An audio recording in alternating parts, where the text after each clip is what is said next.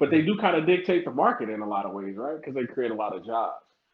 And so, a couple of these hit points, what I'm saying, this article Shawn, wanted to talk about was, so stock markets tumbled last week on fears about rising interest rates and inflation.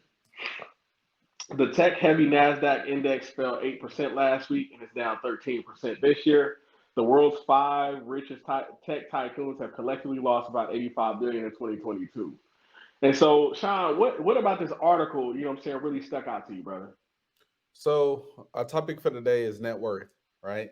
Mm-hmm. And I was like, yo, I just saw something online talking about how a lot of the billionaires' net worth has decreased by quite a bit. But the thing is, when we think net worth, like we normally only think of rich people, right? Mm-hmm. So like we're Yep. thinking about the Jeff Bezoses, we're thinking about the Oprah Winfrey's, the Michael Jordans, and things of that nature. Because normally you don't think about income, you think about net worth, you think about what they're worth, right? Mm-hmm. So a lot of times articles are put out like this when it says, oh, these billionaires are down 85%, $85 billion, right?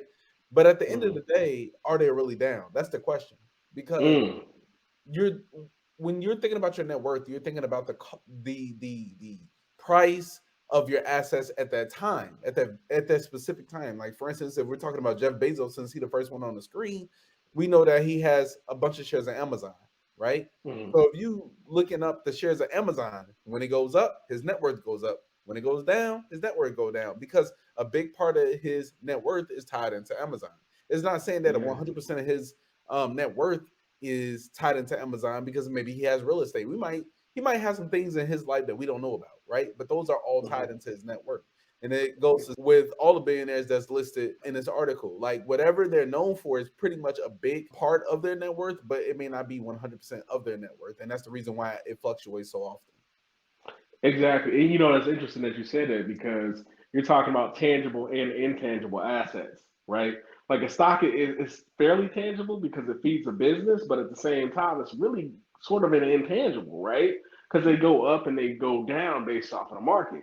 But at the same time, their ability to produce income, what I'm saying? That's not something that we can necessarily measure because if they stop talking in their own industry, they go talk to another industry, like their net worth can skyrocket. Like we've seen them Mhm. transition from Amazon to the rockets to space to from chips to humanities and humanitarian affairs.